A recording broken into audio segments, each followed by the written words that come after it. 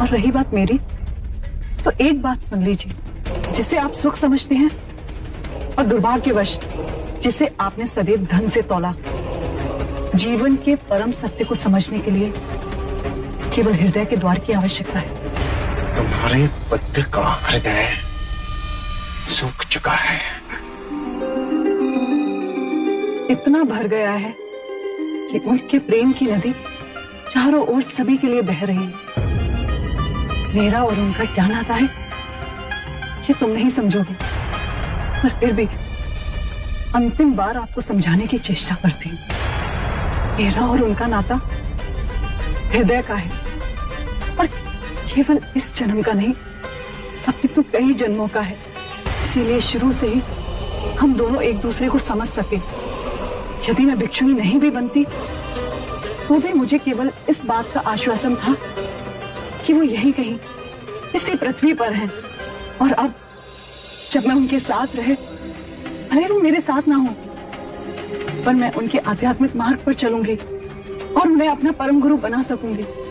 हमारा विवाह साधारण नहीं है ज्येष्ठ, मेरा और इनका विवाह अलौकिक है, जिसे दुनिया की कोई भी दूरी नहीं मिटा पाई।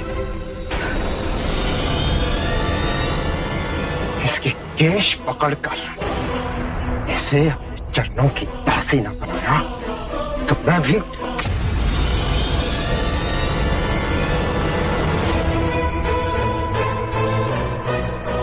हाथ लगाने की चेष्टा भी की तो हाथ काट दूंगी, और ये आंख उठा दोबारा यशो को देखा भी ना, आंखें नोच लूंगी मैं। हट जाओ मेरे रास्ते से पागल औरत, हट!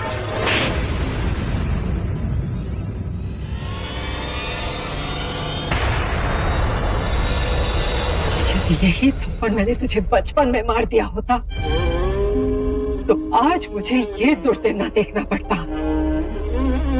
मेरी एक बात तू कान खोल के सुन लेते, यशोधरा वही जाएगी जहां उसका स्वामी है, और यदि तूने कोई भी अनिष्ट चेष्टा की तो रास्ते में मुझे खड़ा पाएगा। यशो मेरी पुत्री है, समझा तू? ढाल बन के मैं खड़ी रहूंगी उसके रास्ते में। जा यहां से, जा।